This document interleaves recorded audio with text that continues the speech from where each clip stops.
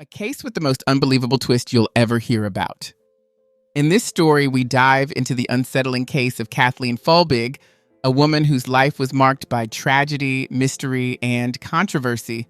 This case explores the heartbreaking loss of her 4 children, the investigation that followed, and the courtroom drama that gripped a nation.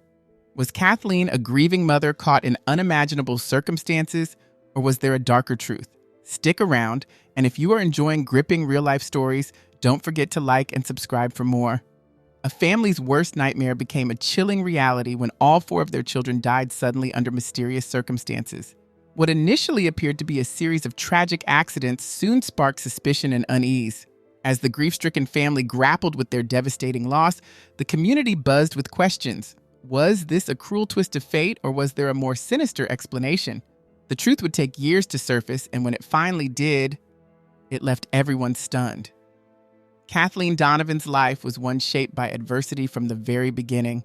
Born on June 14, 1967 in Ball, Maine, a suburb to the east of Sydney, Australia, Kathleen entered a world fraught with challenges. Her parents, Kathleen and Thomas Donovan, painted a stark picture of instability. Thomas, a dock worker originally from England, was known by the nickname Tuffy and had a reputation as a petty criminal. Tragedy struck early in Kathleen's life, forever altering its course. On January 8, 1969, when she was just 18 months old, her family was shattered by an act of unimaginable violence. After an argument escalated between her parents, Thomas chased down Kathleen's mother, also named Kathleen, in a fit of rage.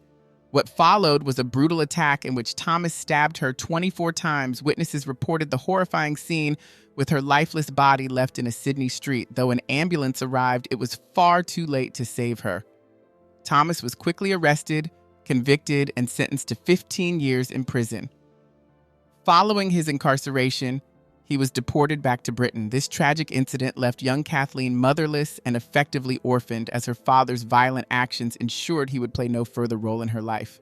The state intervened, placing Kathleen under care, but her turbulent journey was only beginning. Initially sent to live with relatives, Kathleen's time there was short-lived due to her increasingly erratic and troubling behavior. Reports from caregivers described violent outbursts, frequent temper tantrums, and relentless crying. By the age of 3, psychiatric evaluations labeled her as disturbed, aggressive, and deeply emotionally troubled. In September 1970, Kathleen was placed with a foster family in a desperate attempt to provide her with stability. There, she lived with an older brother and sister, but her relationship with her foster mother was strained. Despite their best efforts, Kathleen's emotional wounds ran deep, creating an atmosphere of constant tension. Statistics revealed that children exposed to such early trauma are significantly more likely to face mental health challenges later in life. Studies suggest that adverse childhood experiences increase the likelihood of behavioral disorders by up to 32%. Kathleen's case was no exception. Her upbringing was a stark reminder of how early intervention and support can mean the difference between healing and further tragedy. As the Donovan story began to unfold, the weight of her past loomed large, raising questions about how much our beginnings shape our future. What role did her troubled childhood play in the events that would later shock the nation? The answers, it seemed, would only deepen the mystery. The woman was distant and authoritative, which only drove a wedge further between her and Kathleen as the years passed. Deprived of maternal warmth, Kathleen grew into a socially awkward and isolated adolescent. She gravitated more towards friendships with boys, underscoring her sense of alienation from her female peers. At 15, Kathleen discovered her first romantic relationship and began to connect with other girls, marking a pivotal shift in her social life. During this transformative period, Kathleen formed a deep bond with Tracy Chapman, a friendship that would endure the trials of her life. Despite these positive developments, her relationship with her adoptive mother worsened, particularly as attention shifted to the new grandchild in the family. Feeling neglected, Kathleen left school prematurely, abandoning her studies just 6 months before her final exams. At 18, Kathleen's life veered in a new direction when she met Craig Folbig at a local nightclub. Craig, who was 5 years her senior, married Kathleen in 1988, and she took his surname. The couple settled in a suburb of Newcastle where Kathleen worked as a waitress, and Craig found employment with a mining and cider company. Craig, from a large family himself, harbored dreams of a big family. Kathleen was able to conceive without issue, and on February 1st, 1989, she welcomed their first child, Caleb. Sadly, their joy was marred by complications. Caleb was born with a mild case of laryngomalacia, which caused him difficulty in breathing and eating. Tragically, just 19 days after his birth, Kathleen faced her deepest fear when Caleb died in his sleep, a victim of sudden infant death syndrome. The family obituary mournfully noted that Caleb had joined his late grandmother in rest. Despite their profound grief, Kathleen soon found herself expecting once again. On June 3rd, 1990, she gave birth to a son, Patrick, bringing a flicker of hope to the bereaved couple. Craig took a 3-month leave from work to support Kathleen and their newborn. However, when Patrick was just 4 months old, Kathleen was thrust into another horrifying situation. On October 18th, after Kathleen had put Patrick to bed in his crib, she returned to find him not breathing. In a desperate attempt to save him, Craig performed CPR while simultaneously calling for emergency assistance. Patrick was swiftly taken to the hospital where, against all odds, he survived but was left with profound brain damage, epilepsy, and cortical blindness. Despite this reprieve, Patrick's health continued to decline. Tragically, on February 13, 1991, Kathleen, in a state of hysteria, phoned Craig at work to tell him that Patrick had ceased breathing once more. This time, the doctors could only confirm the worst. Patrick had succumbed to epileptic encephalopathy. His death certificate bore this grim diagnosis, a testament to the relentless cruelty of fate, and as a result, Kathleen and Craig's relationship began to fray under the immense strain of their mourning. Amidst her overwhelming grief for her lost children, Kathleen also grappled with the rumor of Craig's infidelity. Feeling deserted and betrayed, she was plunged into a profound melancholy. In search of solace, Craig left his corporate job to sell cars and increasingly turned to alcohol. Eventually, the couple resolved to start anew and relocated to Thornton, a suburb in southern New South Wales. There, Kathleen found employment at a baby clothing shop. Still haunted by depression and anxiety, she soon discovered she was pregnant again. On October 14, 1992, she gave birth to Sarah. Although Sarah appeared healthy initially, Kathleen was plagued by anxiety and struggled to form a bond with her new daughter. The shadow of previous losses loomed large, casting a pall over her tentative joy. For a time, life seemed to stabilize as Sarah grew under her parents' care. However, when Sarah was 10 months old, she developed a respiratory infection accompanied by a fever. Between August 29th and 30th, 1993, Kathleen faced the unthinkable yet again. She found Sarah lifeless in her crib. The cause of death was later determined to be sudden infant death syndrome. This new loss was devastating, pushing Craig into a profound depression and bringing their relationship to its nadir. After some time, they reconciled and moved to a house in a rural area, clinging to the hope of a new beginning. 6 years after Sarah's tragic passing, Kathleen faced both new hope and profound loss. She was pregnant again, but she also mourned the death of Craig. Despite her grief, Kathleen was resolved to provide a secure environment for her unborn child, seeking guidance from various experts to ensure the baby's safety.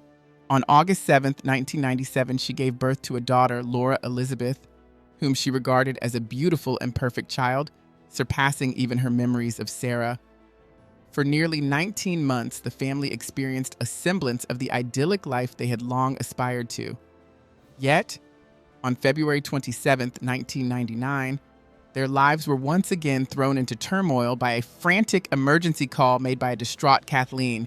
Sobbing uncontrollably, she told the dispatcher that she had already lost 3 children, a revelation that left the operator reeling. Tragically, history seemed to repeat itself. While waiting for the ambulance, Kathleen administered CPR to Laura, but despite her efforts, by the time the paramedics arrived, it was too late.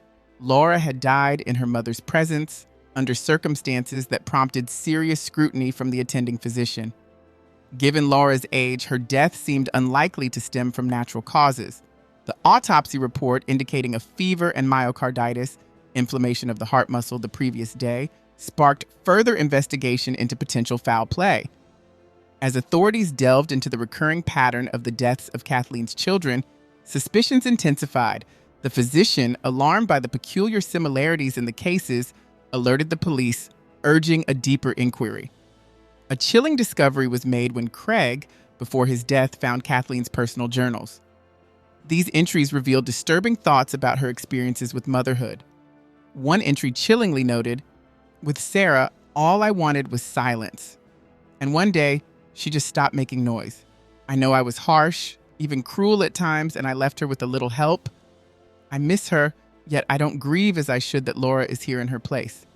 These private reflections, which Kathleen never intended to be public, became damning evidence. The police, upon examining the journals, pivoted their investigation towards a criminal inquiry suspecting Kathleen of the most heinous acts against her own children. For 2 years, detectives meticulously monitored the Folbig household, conducting surveillance, interviewing friends and relatives, and examining every detail of the case. In April 2001, their investigations culminated in the arrest of Kathleen, who was charged with the murder of her 3 children and the attempted murder of a 4th. During her interrogation, Kathleen exhibited a notably detached and aloof demeanor when discussing her children's deaths. Leading pathologists from both the UK and the US concluded that all 4 children had been asphyxiated, and Kathleen had been the only one present during each tragic event. Despite the evidence, Kathleen maintained her innocence, firmly believing in her eventual acquittal. Her trial, which commenced on August 25, 2003, captured the attention of audiences both in Australia and around the globe. The case ignited a heated debate over the notions of justice and the expectations of motherhood. The prosecution contended that the sequential deaths of the children under such closely timed circumstances were highly suspicious and indicative of deliberate actions by Kathleen. The prosecution heavily relied on Kathleen's diaries, interpreting several entries as incriminating evidence. A particularly haunting entry from 1996, following the demise of her first 3 children, read, "I am obviously my father's daughter." This was an eerie allusion to her father, who had murdered Kathleen's mother when she was just a baby. In another diary entry, Kathleen expressed overwhelming frustration with her role as a mother. "I feel like the worst mother in the world. I regret my lack of patience and the moments when I was cruel." She wrote of her daughter Laura as being beautiful, a sharp contrast to her older sister Sarah, whom she described in more masculine terms. Kathleen perceived these differences positively, believing that she would not repeat her past mistakes with Laura, confident she could better manage her youngest daughter's cries. The trial also scrutinized social services records pertaining to Kathleen, using her challenging background and history of trauma as indicators to question her suitability as a mother and her mental health. As the trial progressed over 7.5 weeks, the cumulative evidence increasingly pointed to her culpability. Kathleen opted against testifying, letting her journal entries represent her voice in court. On October 21, 2013, the Australian court delivered its verdict, sentencing Kathleen to 40 years in prison. Overwhelmed by the outcome, Kathleen collapsed as the sentence was read. Rendered speechless and tearful, she had to be supported as she was led out of the courtroom, her legs barely carrying her weight down to the holding cells. Initially, Kathleen was placed in a segregated unit for her protection. Given the nature of her charges, offenses against children are often viewed with particular scorn in prison environments. Despite these harsh conditions, including harassment and threats from other inmates, Kathleen gradually adapted, taking on roles within the prison and becoming a guardian-like figure to some fellow prisoners. Her legal team filed an appeal, arguing that the conviction was largely based on circumstantial evidence, particularly her diaries, which they claimed were incomplete and contextually misrepresented, leading to misinterpretations. They stressed the absence of concrete scientific evidence to back the allegations against her. In February 2005, the court decided to reduce Kathleen's sentence to 30 years, stipulating that she must serve at least 25 years without parole. Throughout this ordeal, Kathleen maintained her innocence. By 2010, her longtime friend Tracy, who had consistently supported her emotionally, spearheaded a petition for her release. Tracy had become a fervent advocate for Kathleen, dedicating herself to bringing attention to her plight.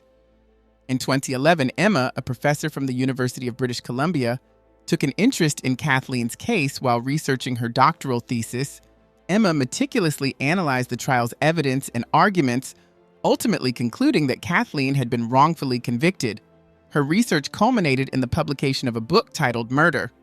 In her book, Medicine and Motherhood, Emma critiqued the significant shortcomings in the Australian legal system, particularly how Kathleen had been unjustly convicted based on questionable medical evidence and misinterpretations of her diary entries. By 2013, Emma's research gained significant exposure when she discussed her findings on a prominent television program. This appearance prompted Kathleen's legal team to seek a comprehensive reevaluation of the case by the esteemed forensic pathologist Stephen Corner. Dr. Corner's exhaustive 121-page report re-examined the medical evidence from the trial. His findings indicated that Caleb and Sarah's deaths were consistent with sudden infant death syndrome. Additionally, he suggested that Patrick's severe seizures and Laura's myocarditis were more plausible causes of their deaths than previously thought, with no signs of suffocation evident. Armed with this new evidence, Kathleen's legal team, along with a coalition of legal academics and students, undertook a detailed review of the case. In June 2015, they submitted a formal petition, which included Dr. Corner's report, to the Attorney General's office in Sydney, advocating for a judicial review. By 2018, the ongoing support from Tracy helped to produce a documentary-style television series that featured the first exclusive interview with Kathleen from behind bars. Conducted through a series of discreet 6-minute phone calls, Kathleen spoke with Tracy about her life in prison, her daily routines, and her reflections on her past life.